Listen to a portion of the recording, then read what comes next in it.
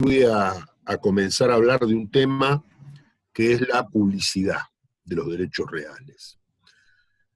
Este tema probablemente lo vean en las comisiones, pero no van a ver esta parte, sino que van a ver lo relacionado con el régimen de la publicidad inmobiliaria en la ley 17.801, que es la que regula los registros de la propiedad inmueble en el orden nacional, y por supuesto cada provincia lo organiza. Así que vamos a hablar de lo que es la parte general y de la importancia que tiene la publicidad y cómo entronca en el ámbito de los derechos reales y en el Código Civil y Comercial. Ustedes saben que los derechos reales, por naturaleza, son derechos absolutos, de modo tal que tienen una eficacia erga omnes, es decir, que yo puedo oponer mi calidad de titular de un derecho real frente a todos. Y desde aquella clase inicial que vimos, medio acotada por problemas técnicos, todos sabemos que para que todos esos destinatarios del régimen de los derechos reales, que son terceros interesados y frente a los cuales yo puedo oponer mi derecho, para que a ellos les sea exigible esa obligación de respeto y de abstención que vimos en aquella clase inaugural, es necesario que tengan la posibilidad de conocer la existencia del derecho a respetar. De lo contrario, se daría algo, si se quiere, absurdo, que es obligar a alguien a no hacer o a respetar un derecho que no conoce, tal como decía Freitas, citado por Vélez Sarsfield, en una nota a su código allá en el 577 del Código Civil. ¿Qué es la publicidad? Justamente la palabra publicidad pone de manifiesto que su significado tiene que ver con hacer público algo, es decir, poner en conocimiento del pueblo algo, hacerlo público, dar a conocer. Esa es la idea de la publicidad. Y esa finalidad se cumple desde la constitución misma de los derechos reales que se ejercen por la posesión. Porque cumplida la tradición, que es el modo y el requisito constitutivo del derecho, esos derechos comienzan a publicitarse naturalmente a través de la posesión, que es un estado de cosas permanentes que se da en el ámbito fáctico. Claro, ese ámbito fáctico da lugar a que el común, la gente, pueda, a través de su percepción empírica, tomar conocimiento no de un derecho cierto, pero sí al menos de la apariencia de un derecho. Y la publicidad no hace otra cosa que manejarse con apariencias. Aún la publicidad del registro de la propiedad, según vamos a ver, también crea una apariencia no ya basada en los hechos, como la posesión, no ya a través de un mecanismo fáctico, sino a través de un recurso técnico que es el registro, los asientos registrales, sus constancias en donde se inscriben títulos, y bueno, a través de esos títulos crea una apariencia. Según vamos a ver, nuestro registro, el registro de la propiedad inmueble, no inscribe derechos reales, inscribe títulos, instrumentos, documentos portantes de actos jurídicos por los que se adquiere, se modifica, se transfiere o se extinguen derechos reales sobre inmuebles. De modo tal que, mediante esos títulos inscriptos y los asientos que el registro elabora, establece, crea la apariencia del derecho a respetar y crea también un sinnúmero de constancias que permiten a los terceros luego tomar conocimiento de ciertos aspectos que hacen a la propiedad. Cuando nosotros vimos en alguna clase el régimen del título y el modo, el sistema de transmisiones que tiene lugar respecto de los derechos reales, también respecto de los personales, pero en lo que a nosotros nos interesa, sabemos que existe una regla, que es la regla del nemo plus iuris, en virtud de la cual ya desde el derecho romano nadie puede transmitir a otro sobre una cosa, inmueble en este caso, un derecho mejor ni más extenso que el que tenía, y recíprocamente nadie puede recibir o adquirir de otro un derecho mejor ni más extenso que el que tenía el transmitente. Esto da lugar a lo que se denomina la seguridad estática. ¿Qué es la seguridad estática? Es la que afirma el derecho del propietario, la que afirma el derecho del titular. ¿De qué titular? Del titular verdadero. ¿Por qué del titular verdadero? Porque como el derecho del titular actual se apoya en el de su antecesor y así sucesivamente hacia atrás, en una carrera a lo largo del túnel del tiempo, para llamarlo de alguna manera, que solo se detiene o se detendría con la prescripción adquisitiva larga, es decir, cumplidos 20 años de unir esos títulos y esos antecedentes que implican una posesión también pública, pacífica, continua, ininterrumpida, ostensible, es decir, basadas en un título. Entonces, en esos casos, podríamos decir que el derecho del actual titular se apoya en una cadena perfecta, por así decirlo, o al menos en apariencia exenta de imperfecciones. Esto nos lleva a confiar en la entidad de nuestro título y de nuestro derecho. ¿Por qué? Porque se apoya en derechos que también en apariencia son perfectos conforme a esos títulos. Quiere decir que desde el plano del propietario, cuando hay una puja por la propiedad de la cosa entre quien es propietario verdadero y otro, que puede ser un tercero, que puede ser un poseedor de buena fe, alguien que ha entrado en posesión de la cosa por cualquier causa, en esa disputa, en virtud de esta norma general, de este principio, la ley sostiene el derecho del propietario verdadero frente al poseedor de buena fe. Este principio, de alguna manera, sufre una suerte de derogación, no total, pero sí amplia en el ámbito de las cosas muebles, porque allí sabemos todos que el poseedor de buena fe, ahora denominado por el Código Civil y Comercial subadquirente,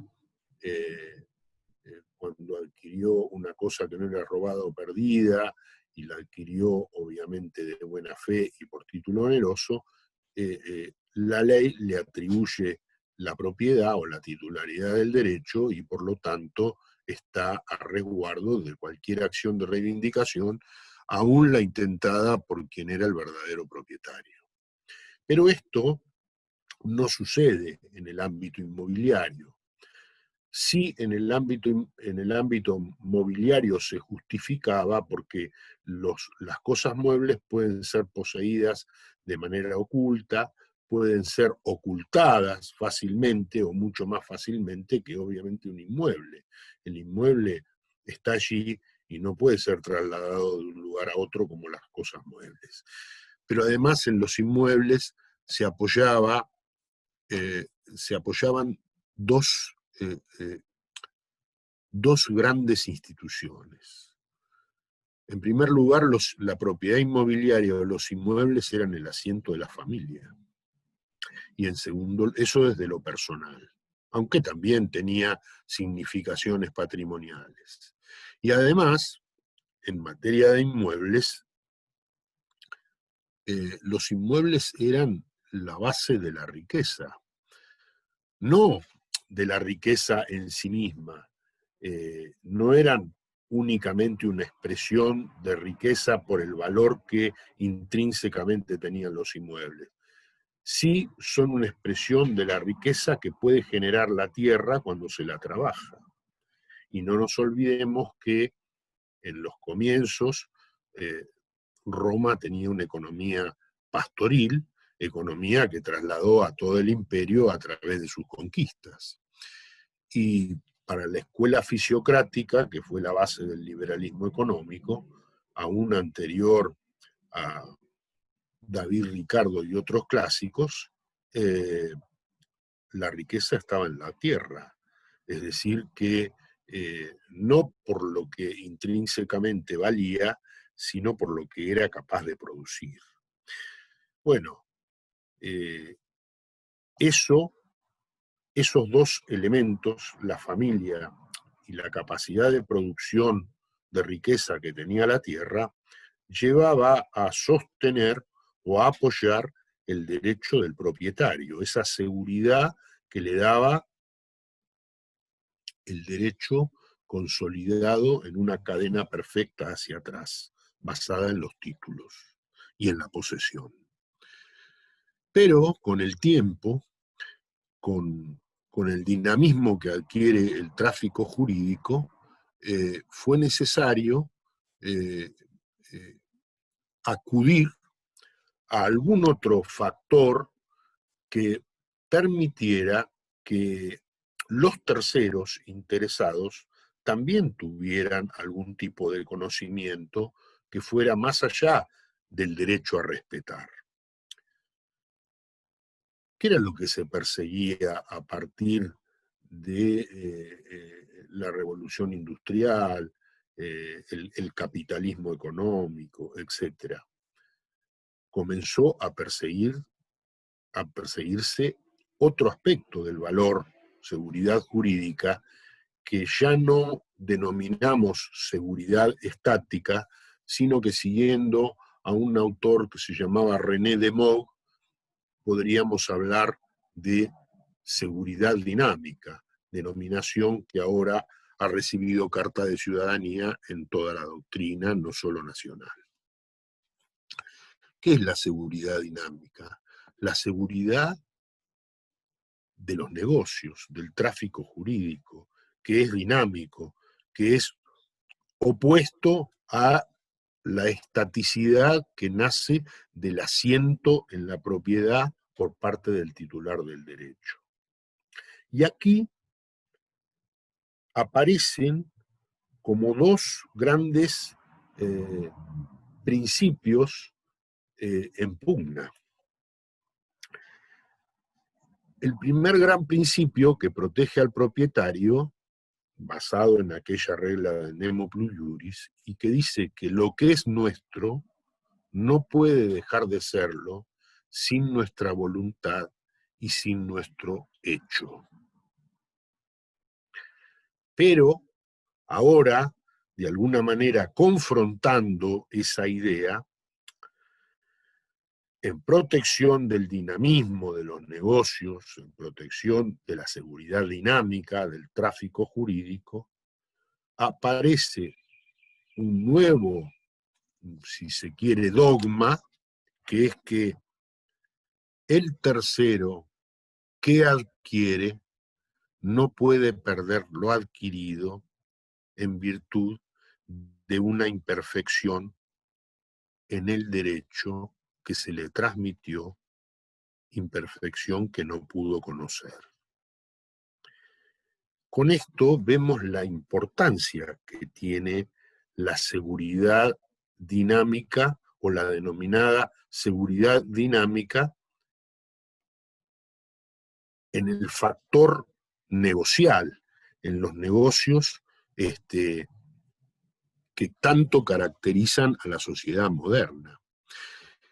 Y esa seguridad dinámica y esa necesidad de conocimiento por parte de los terceros adquirentes o los terceros que negocian inmuebles, ya no puede apoyarse exclusivamente en la percepción empírica que deriva de la posesión. Necesariamente el tercero que adquiere debe saber, necesita, valga la redundancia, saber no solo quién es el titular, sino también en qué condiciones está esa propiedad.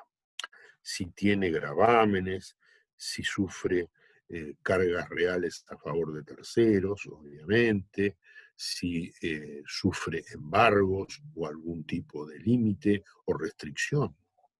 Y eso no está anotado en la posesión, no surge de la posesión.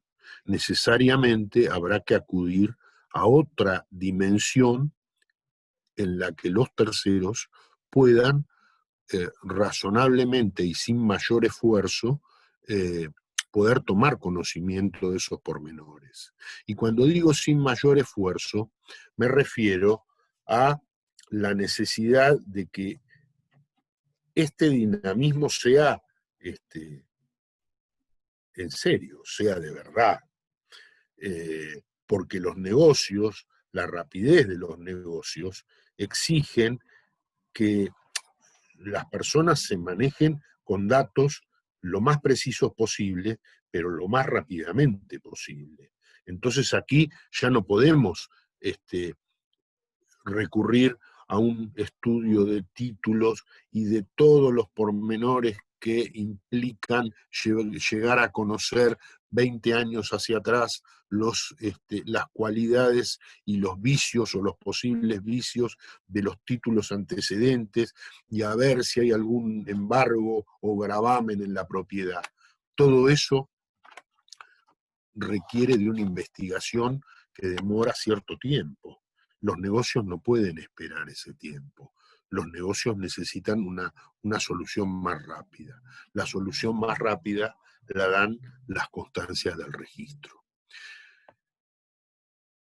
Fíjense que los registros de la propiedad,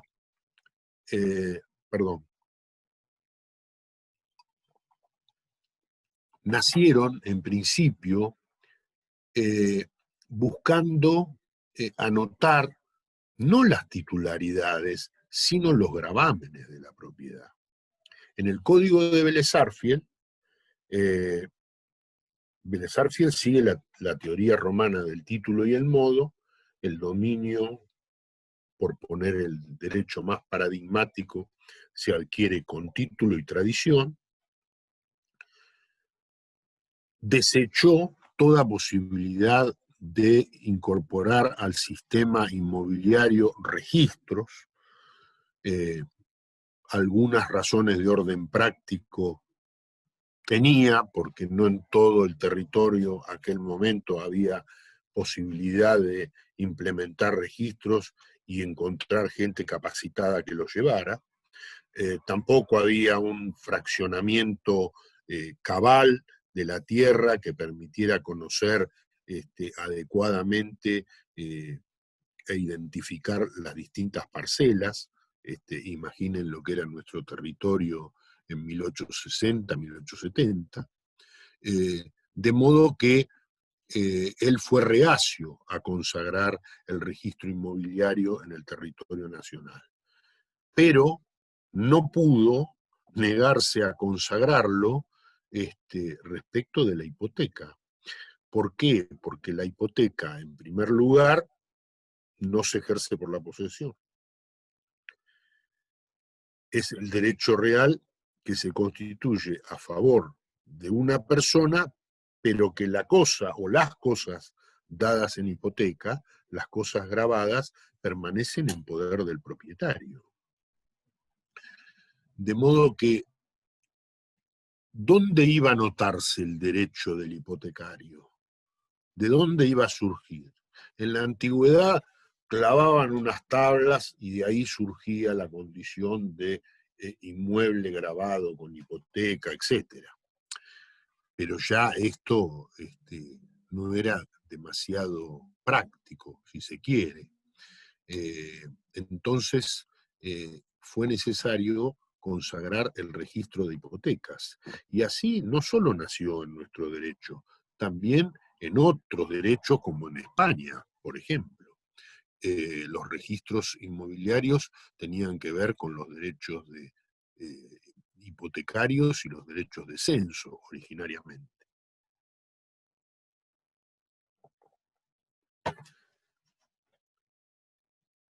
Esto tendía a facilitar el verdadero conocimiento de aquel que invierte dinero y, bueno, necesita saber en qué lo invierte. Si el inmueble que se le ofrece en garantía, acabamos de ver algo de las garantías reales, si ese inmueble dado en garantía reúne un mínimo de condiciones como para yo saber que el día de mañana, si el deudor no me paga, yo al subastarlo puedo cobrar válidamente, puedo agredirlo patrimonialmente de manera eficaz y poder cobrar mi crédito.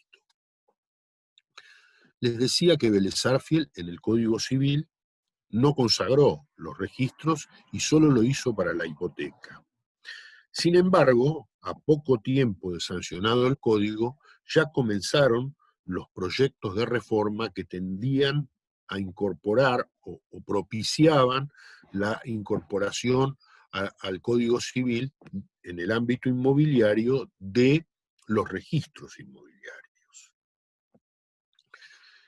Obviamente que esos distintos proyectos no prosperaron, no viene al caso ahora recurrir a tanta historia, pero paralelamente a esas pretensiones legislativas, fueron ocurriendo dos cosas diferentes.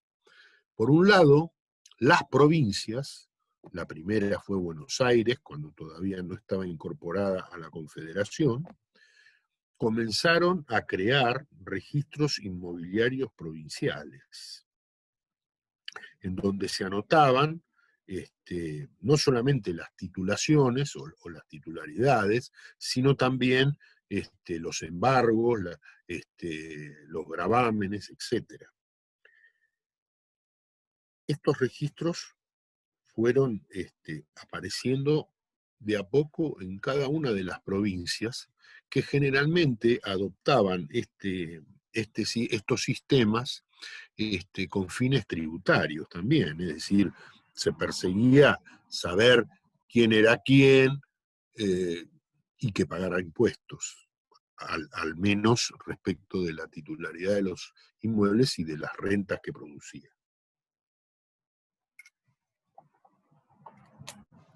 Claro, estas provincias, a través de sus leyes locales, crearon registros que le daban cierta eficacia a las inscripciones en la medida que el título inscripto era oponible a terceros. Es decir, que por vía legislativa local se legislaba sobre un tema que estaba reservado a la nación, o mejor dicho, eran los famosos derechos delegados que las provincias entregaron, por así decirlo, a la nación cuando se creó la Confederación, y era el Congreso de la Nación, artículo 67, inciso 11 de la Constitución del 53 originaria, que tenía a su cargo la sanción de los códigos civiles, de comercio, de minería, etcétera, es decir, la legislación de fondo. Quiere decir que estos registros eran inconstitucionales. ¿Por qué? Porque no porque habían sido creados por leyes provinciales que bien podían propiciar la creación de un registro, pero solo con fines tributarios y para impuestos provinciales. Lo que no podían hacer era crear un registro para que de su inscripción surgiera un factor de oponibilidad de los derechos reales que deben estar legislados por la nación, porque estaría modificándose la legislación de fondo que estaba reservada al gobierno nacional, al Estado nacional. Es decir, que estos registros modificaban la legislación de fondo y en eso eran inconstitucionales. Estas cuestiones llegaron a la Corte de la Nación y la Corte de la Nación los declaró inconstitucionales en dos casos famosos, Jorba y Papa, de las provincias de Mendoza y Catamarca respectivamente.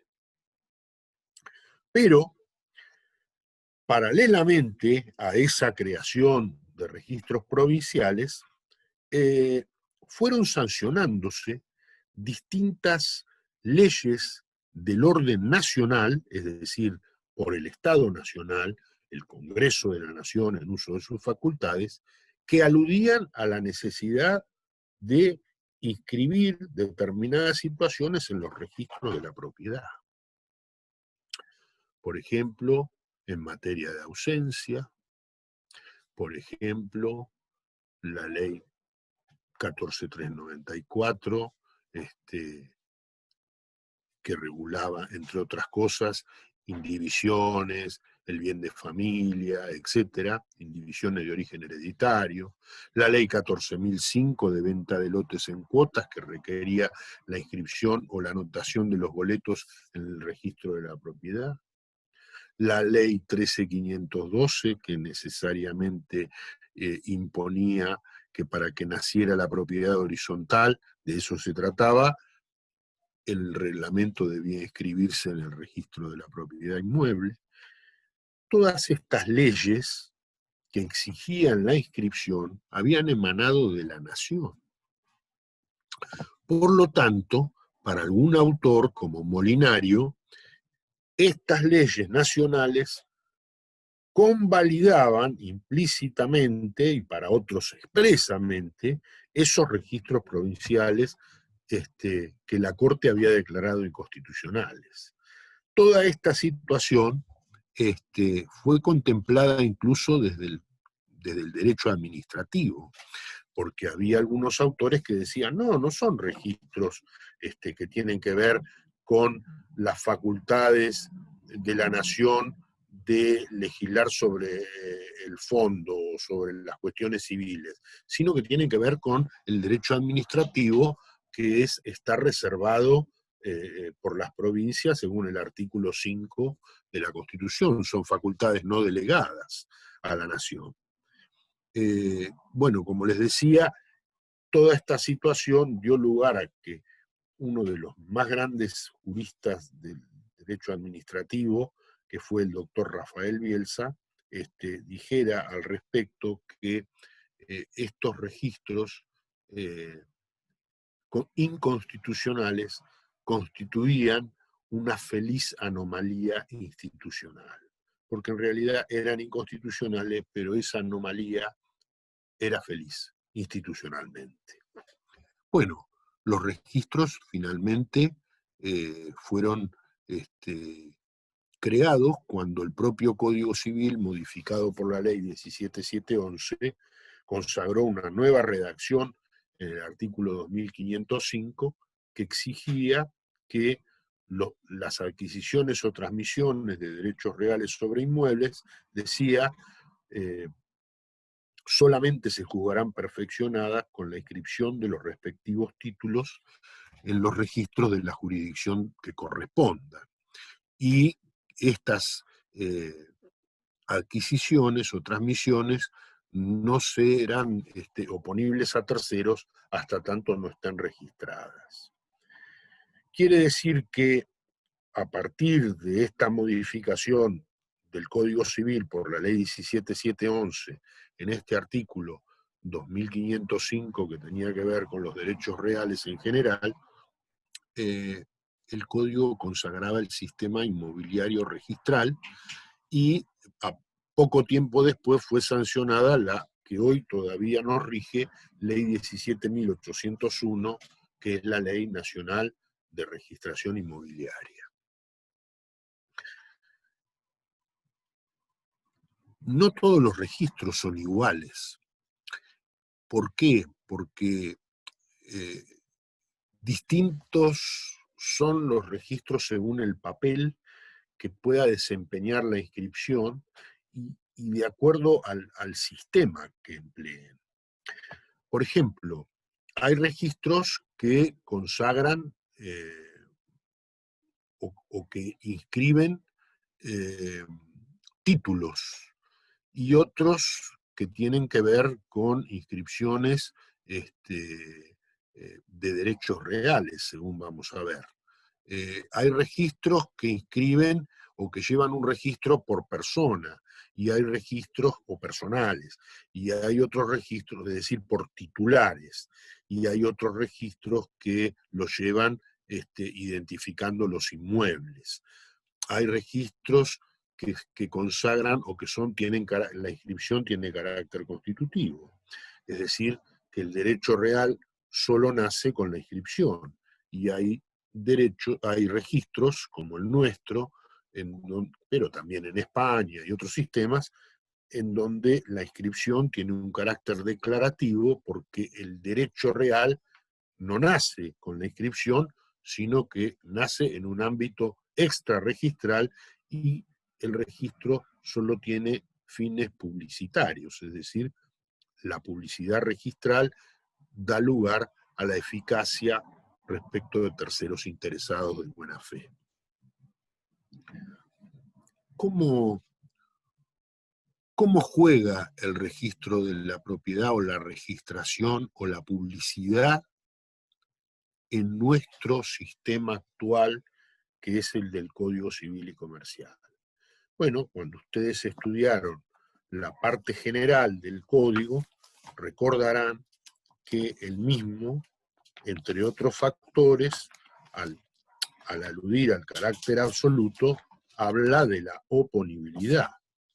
Y dice el artículo 1893, se los quiero leer con toda precisión: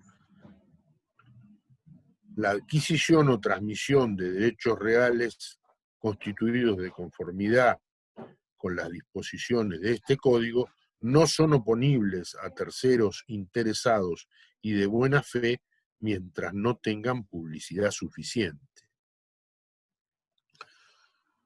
¿Por qué habla de terceros interesados? Terceros interesados son aquellos que tienen un interés jurídico en el inmueble de que se trate o en la cosa registrada. Por ejemplo, yo soy acreedor de una persona que es propietaria, entonces yo quiero embargar ese inmueble para cobrarme, tengo un interés jurídico en saber cuál es la situación jurídico real de los bienes de mi deudor. ¿Por qué? Porque quiero trabar embargo.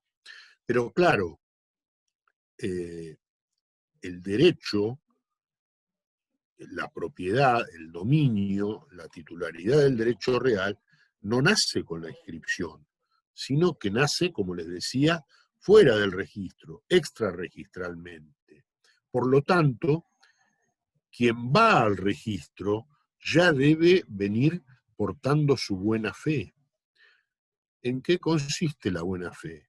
Y consiste en no haber conocido o podido conocer otra situación distinta que la que exhiben los asientos registrales o las constancias del registro.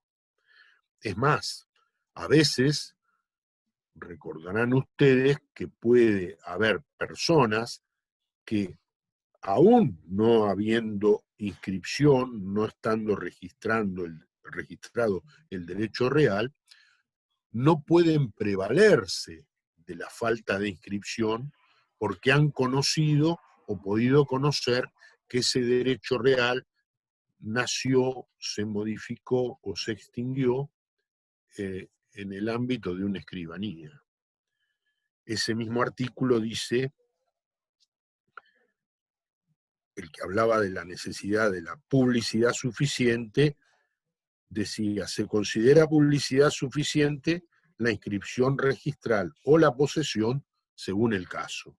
Y luego dice, al final, no pueden prevalerse de la falta de publicidad quienes participaron en los actos, es decir, las partes, pero no solamente las partes, también el escribano, ni aquellos que conocían o debían conocer la existencia del título del derecho real. Acá hay un error. El derecho real no se constituye por título, se constituye por título y modo. Por lo tanto, no solamente no pueden prevalerse aquellos que conocieron o debían conocer la existencia del título, como el escribano, los testigos del acto, el oficial primero de la escribanía, el protocolista o la protocolista de la escribanía.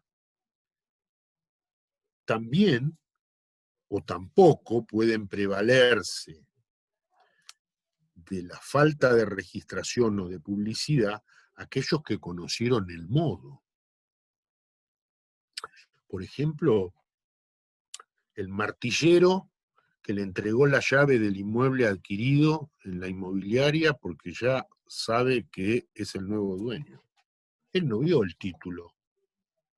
Él acercó a las partes, a lo mejor hasta redactó una reserva, pero el título lo otorgaron en la escribanía. Él no supo más nada, cobró su comisión y no sabe cómo siguió. Pero un día el comprador le dice, mire, usted tiene la llave, sí, bueno, necesito que me las entregue. Tampoco el empleado de la inmobiliaria, que es el que le entregó la llave porque se las había dejado del martillero o el corredor público. Esa gente también pudo conocer la existencia de la transmisión y no conoce el título, pero sí conoce el modo. ¿Quieren que les diga más? El inmueble estaba sin demasiada pintura y el pintor pasó a buscar la llave por la inmobiliaria para pintar el inmueble por dentro, o el electricista o algún otro operario pasaron a buscar la llave por indicación del nuevo dueño. Ellos no vieron el título, no vieron nada, pero saben que hubo una entrega. ¿A quién? Al que los mandó a hacer el trabajo, que es el nuevo dueño. Algo saben. Esa gente no puede prevalerse de la falta de publicidad. Ahora vamos a los medios de publicidad. Y esos medios, como dice la ley, que les acabo de leer, o son la posesión o las constancias del registro. Ambos medios o ambos mecanismos de publicidad ponen en conocimiento apariencias. La posesión pone de manifiesto la apariencia de un derecho. Aparentemente, valga la redundancia, es el de la propiedad, es el dominio. Es una apariencia, no es certeza, no es la verdad jurídica. Bueno, tampoco lo es, según vamos a estudiar, lo que surge de las constancias del registro, al menos de nuestro registro. ¿Por qué? Porque nuestro registro inscribe títulos, y según van a ver ustedes, esos títulos que solo son calificados en sus formas extrínsecas por el registrador, y solo rechaza a aquellos que adolezcan de vicios manifiestos, esos vicios, esos títulos pueden adolecer de vicios ocultos, y no obstante ser inscriptos. Esa inscripción, según vamos a ver, no convalida los vicios ni subsana los defectos, lo dice el artículo 4 expresamente de la ley 17.801. ¿Qué les quiero decir con todo esto? Que el registro también publicita apariencias, la apariencia de un derecho. Es más, imaginamos que se trata de un derecho porque en realidad el registro inscribe documentos, actos, la compraventa, es decir, el acto causal que, sumado a la tradición que tuvo lugar extrarregistralmente, fuera del registro, de la que no consta en ningún lado, dieron lugar al nacimiento de un derecho real. Por lo tanto, creemos que ese título, esa compraventa pasada por escritura pública, dio lugar al nacimiento de un derecho real. Como vemos, también es una apariencia. ¿Y qué pasa cuando esas dos dimensiones de la publicidad, la posesión y la inscripción, se ven disociadas?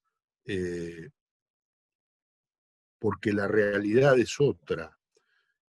La posesión publicita una titularidad y las constancias del registro otras. Bueno, habíamos visto que allí rige una máxima también romana, que es el prior in temporis potior in iure. Y por lo tanto, el que está mejor en el tiempo tiene mejor derecho. Es decir, primero en el tiempo, mejor en el derecho. El que primero adquirió el derecho real con título y modo, y en el ámbito registral, el que primero inscribió, está primero.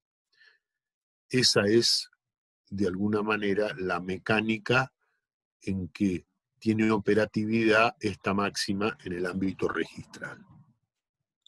Como les decía, hay distintos sistemas registrales. ¿Por qué? Porque, bueno, hay registros que, como les decía, son personales y otros son reales. Son personales cuando se llevan por titularidad, por abecedario, y son reales cuando se llevan por inmuebles.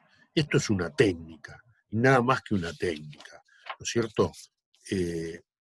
En el ámbito, desde el punto de vista de la técnica de inscripción, están los registros de transcripción y los registros de inscripción. Los registros de transcripción son aquellos en los que se transcribe íntegramente el acto que se va a inscribir. Es decir, se transcribe en su totalidad esa compraventa que sirvió de causa para la transmisión. En cambio, los registros de inscripción, a diferencia de lo de la transcripción, solo escriben una minuta del acto, las partes relevantes del acto, pero no todo el acto en sí.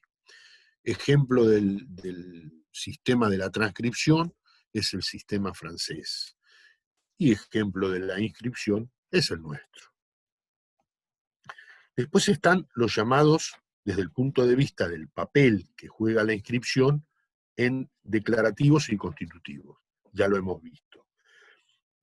Los registros constitutivos son aquellos que hacen de la inscripción un hito que no es otro que el modo de nacimiento del derecho. Es decir, la inscripción da lugar al nacimiento de la titularidad del derecho. El modo es la inscripción. En nuestro derecho, el modo es la tradición y la inscripción es nada más que un factor de oponibilidad, es decir, la inscripción es meramente declarativa de la existencia de un derecho, es decir, de la existencia de un acto que dio lugar aparentemente al nacimiento de un derecho que tuvo lugar extrarregistralmente. Y la finalidad no es ya el nacimiento del derecho real, sino publicitar ese acto de transmisión para que el mismo sea conocido y oponible o que tuviera eficacia respecto de terceros interesados de buena fe. Hay, desde el punto de vista de las constancias, registros con o sin fe pública registral. El derecho alemán, el derecho español, tienen fe pública registral. Es decir, que hacen de sus constancias un culto de manera tal que los asientos del registro son o se presumen exactos, de modo que lo que allí está expresado es la verdad jurídica, en principio. Mientras que los registros en donde no hay fe pública registral, entonces el tercero interesado no puede acudir válidamente a las constancias del registro y confiar ciegamente en ellas, porque el registro no hace plena fe de sus constancias. Ejemplo de esto último es nuestro registro de la propiedad, y ejemplos de registros con fe pública registral son el derecho español, como les decía, el derecho alemán, que además es constitutivo. Bueno, allí en el registro prusiano, en el registro alemán, el libro, las constancias de ese libro se presumen iure et de iure la verdad jurídica, de modo que los terceros pueden confiar válidamente en esas constancias y encontrar allí su buena fe. En nuestro derecho, la buena fe hay que ir a buscarla fuera del registro, al título y al modo. Por último, entre los grandes sistemas están aquellos que convalidan o no los títulos inscriptos. Por ejemplo, el sistema alemán, el sistema Torrens, el sistema suizo son registros convalidantes, de modo tal que aquello que está inscrito, si adolecía de alguna inscripción, de alguna imperfección, la inscripción produce un efecto convalidatorio. El ingreso al registro sanea cualquier vicio preexistente. En nuestro caso, nuestro registro no es convalidante. El artículo 4, como les comentaba, de la Ley Nacional de Registros, dice que la inscripción no convalida los vicios ni subsana los defectos del título inscripto. De modo que el registro me puede estar mintiendo cuando me muestra que hay un acto que es susceptible de dar nacimiento a un derecho real o, si ustedes quieren, a la adquisición, transmisión, modificación o extinción de derechos reales. Profesor, yo tengo una pregunta. Sí, sí. ¿Cuál fue el fundamento para que esto tenga lugar de los registros no convalidantes, en lugar de optar por los convalidantes? Bueno, nuestro sistema fue prácticamente fruto de una elaboración del notariado. Y el criterio, creo que buen criterio, es que el registro, como les decía, publicita apariencias. Y decir que un título que ingresó al registro quedó subsanado es cambiar de paradigma. En nuestro sistema la regla es el nemo plus iuris y afirmar la seguridad estática y solo por excepción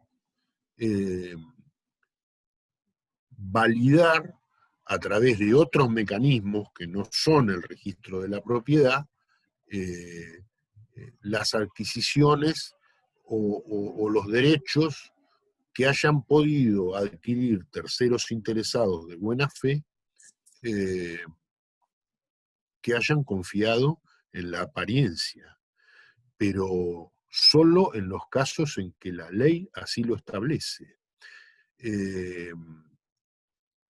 De otra manera, si hubiéramos consagrado un registro convalidante, necesariamente tendríamos que haber adoptado el sistema de fe pública. Bueno, eso lleva a cambiar de sistema y decir, bueno, ya no me importa tanto la seguridad estática, la de sostener al propietario, sino que me importa ahora la seguridad dinámica, la seguridad de los negocios, y el centro de mi protección ahora va a ser el tercero que confía en las constancias del registro. Es cambiar de paradigma y cambiar de sistema. Ese es el fundamento.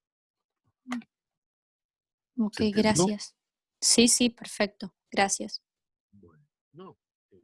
Hay sistemas que así lo proclaman y lo consagran. El sistema alemán básicamente está basado en eso. Bueno, ¿tienen alguna otra pregunta? Porque yo hablé de algo que da pie a muchas preguntas.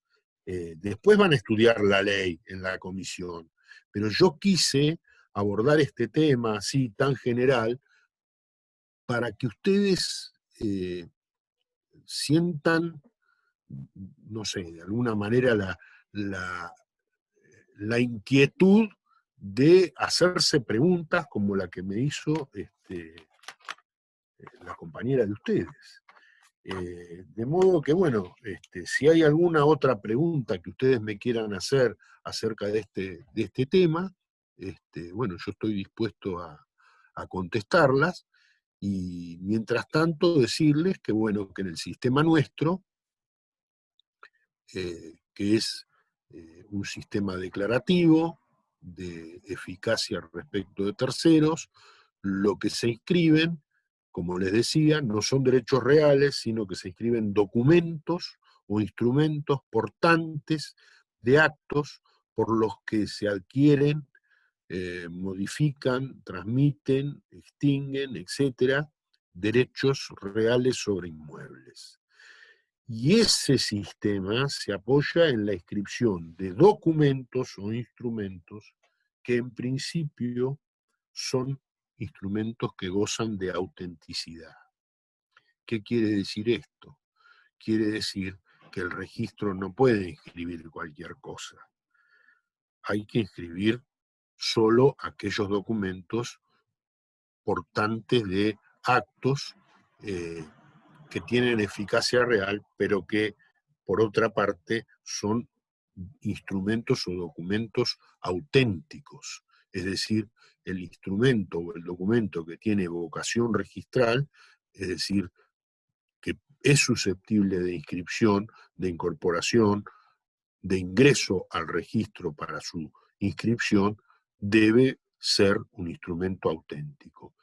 Esto no quiere decir que todos los instrumentos sean públicos. En general se inscriben escrituras públicas, oficios judiciales, etcétera, según ustedes van a estudiar, pero también pueden inscribirse algunos instrumentos privados, como por ejemplo los boletos de compraventa en el ámbito de la ley 14.005, es un ejemplo claro de la ley de venta de lotes en cuotas, pero esos instrumentos, si bien son privados, deben estar dotados de autenticidad con la intervención de un escribano que certifica las firmas, etc.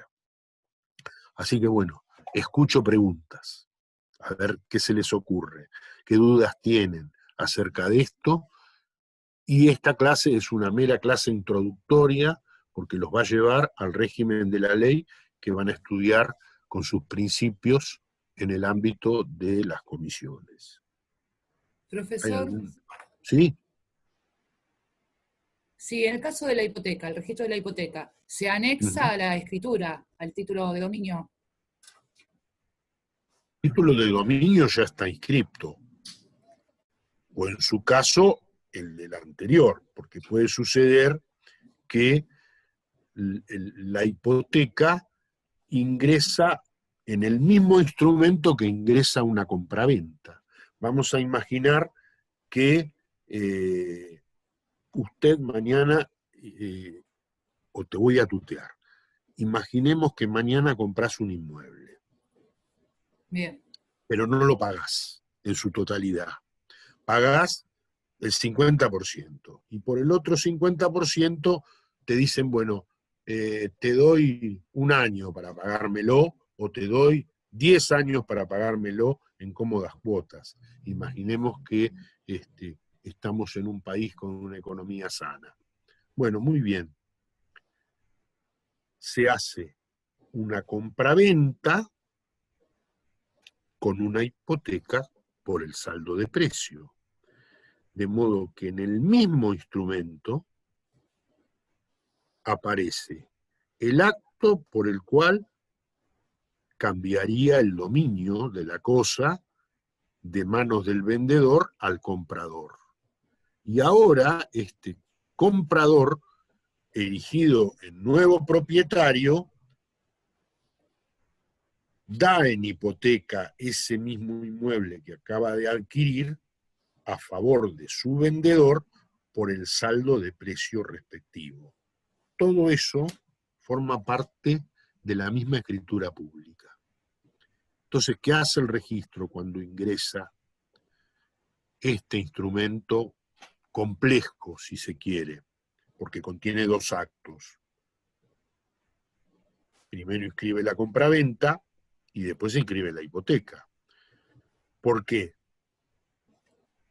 Porque para que exista lo que se llama la continuidad del tracto, es decir, una cadena perfecta, según ustedes van a ver lo que se llama principio de tracto sucesivo, de Juan, que es el vendedor, va a pasar a Pedro, que es el comprador. Y recién cuando Pedro adquiere el dominio, va a poder dar el inmueble que ahora le pertenece en hipoteca y constituir el gravamen a favor de quien fue su vendedor y ahora va a ser acreedor hipotecario por ese 50%.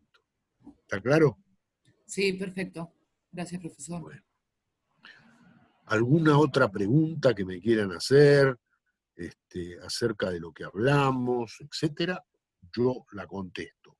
Y si no, yo tengo una consulta, perdón. Sí. El hecho de que lo que surja de los títulos inscriptos, ¿no?, en los registros, no de fe pública, tiene relación con que en ocasiones se traten de justos títulos y no de títulos suficientes. ¿Tiene relación con eso? Bueno, sí. Tiene relación en varios sentidos. El primer sentido es que el título suficiente sabemos que es el título idóneo para transmitir la propiedad. Estamos hablando del dominio, imaginemos que estamos hablando de dominio. Entonces tiene que ser, desde el punto de vista sustancial, un acto con suficiencia sustancial, la idoneidad de poder transmitir o dar lugar a la adquisición del dominio.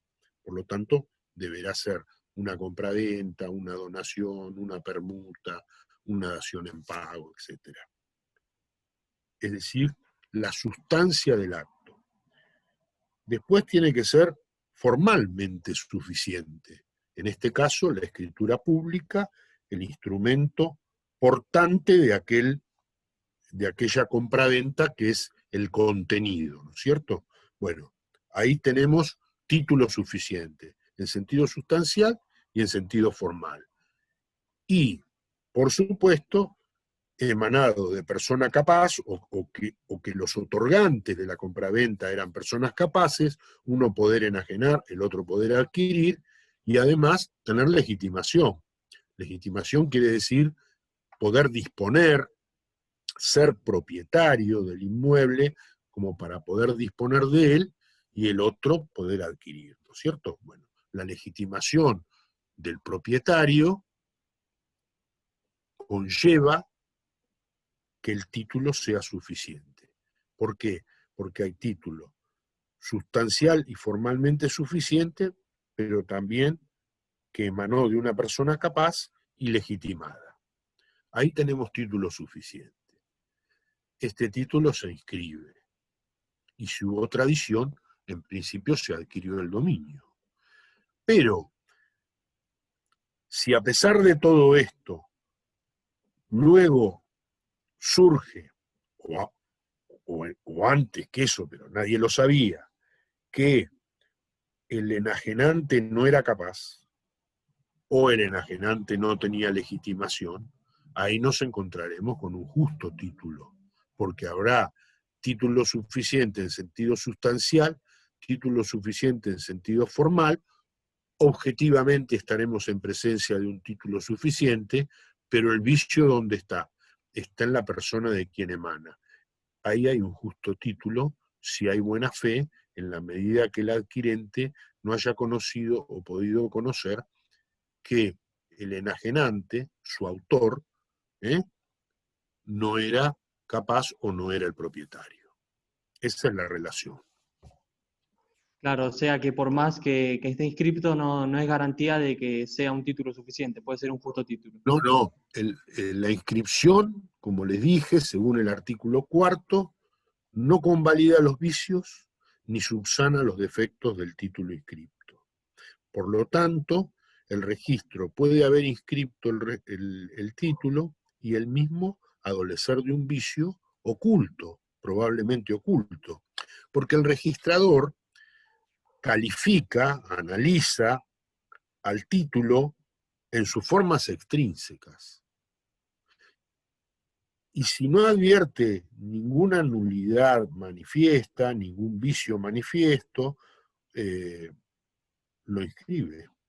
Si advierte, ustedes van a ver que si advierte, este es el principio de calificación y de legalidad, si advierte que el título adolece de algún vicio subsanable, bueno, puede inscribirlo provisoriamente o puede devolverlo para que se subsane dentro de un plazo determinado. Todo eso ustedes lo van a ver, puede hacer ambas cosas. Eso ustedes lo van a ver cuando estudien en particular a la ley.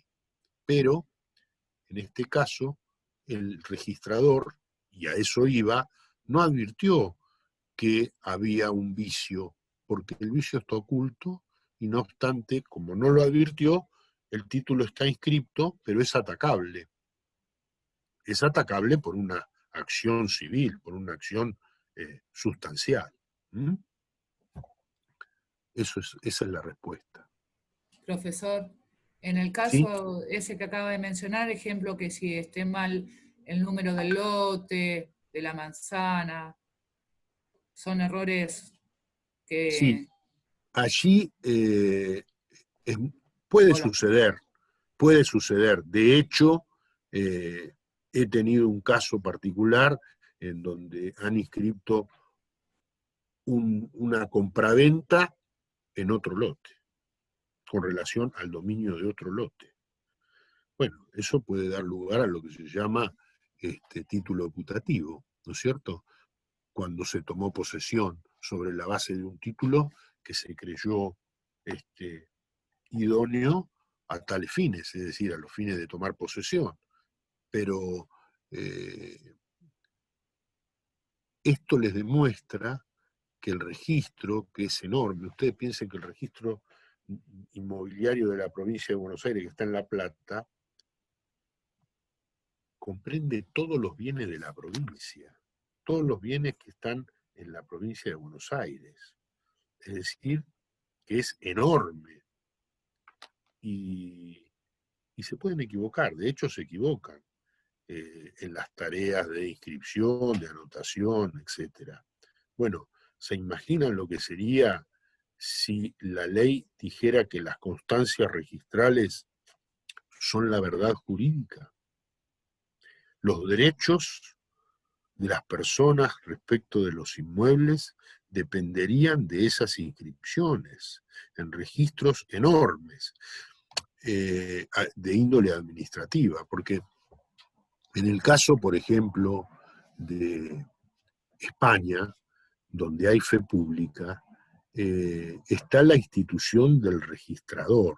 El registrador es como un notario, probablemente con mayor reputación todavía, que tiene una cierta, un área que es su jurisdicción, y dentro de esa jurisdicción las operaciones se inscriben ahí. Bueno, es como pasa con relación a los automotores, que hay varios registros. Bueno, así sucede en España. Entonces el registrador estudia el título, y cuando ese título está incorporado al registro, ahí tiene fe pública, hace plena fe de sus constancias. En Alemania, el registro, el libro inmobiliario, es llevado por jueces, no es llevado por un director del registro de la propiedad, que muchas veces es designado, no digo que no tenga méritos, probablemente los tenga, no van a poner a cualquiera, algún título ha de tener, pero no gana un concurso público frente a otros que disputan el cargo y se designa al mejor y más idóneo. No, es una designación que tiene que ver con otros factores extrajurídicos, no sé si ustedes lo advierten, lo que trato de decirles, lo que conlleva que este registro tan grande no puede probablemente abocarse al estudio minucioso de los bienes y de los títulos, como para después desplegar fe pública por doquier, como si fuera un baño saneatorio. Otros registros, en el sistema Torrens, por ejemplo, el título originario era como que recibe, como decía Alcina Tienza, un baño bautismal. El registro, cuando el registro emite ese título, ese título es inmaculado, de modo que es inatacable en principio. Bueno, en nuestro sistema esto no es así, justamente porque la vastedad de nuestro territorio, etcétera, y nuestra historia permite que, o no permite que el sistema sea así, y es mejor, porque la realidad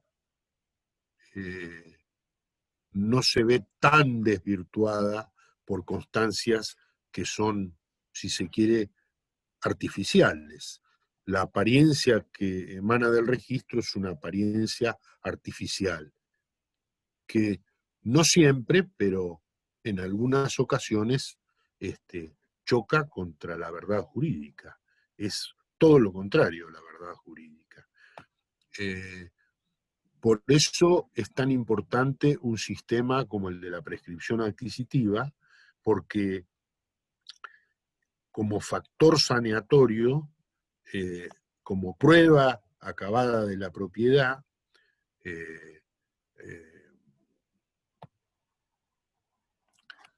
del brazo de la posesión y del tiempo,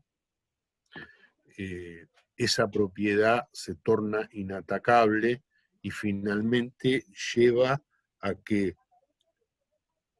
la realidad, la verdad jurídica, que estaba disociada a las constancias del registro, vuelvan a reunirse. Es decir, que la verdad jurídica se dé en los hechos y en los títulos. Solo cuando estos dos planos coinciden, ahí aparece la verdad jurídica y ahí el título es inatacable. No sé si con esto respondí.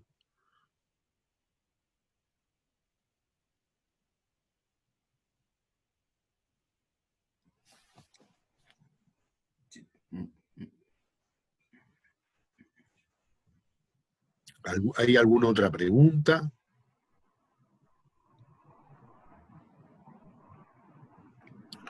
A ver qué nos dice nuestro administrador, si hay alguna otra pregunta. No hay ninguna. Estaba viendo si alguna hablaba. Bueno, entonces, para la semana que viene vamos a seguir con algo parecido a este tema, que ya tiene que ver con el ejercicio de la acción de reivindicación en el ámbito inmobiliario, cuando justamente hay títulos viciados, cómo ejercerla, qué pasa, cómo es el sistema. Así que yo voy a tratar de publicitar la clase.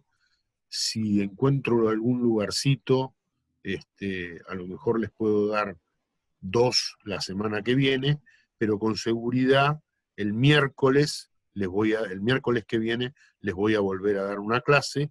Con esto trato de que los demás docentes integrantes de la cátedra de alguna manera se me acerquen en el número de clases, porque yo creo que en este bimestre ya llevo dado 3 o 4, no me acuerdo, creo que di 3 de garantías y ahora di esta de publicidad. Creo que sí, esta Así sería que la bueno, cuarta. así que bueno, vamos a seguir imprimiéndole velocidad, pero también ustedes necesitan asimilar conceptos. Así que sigan estudiando.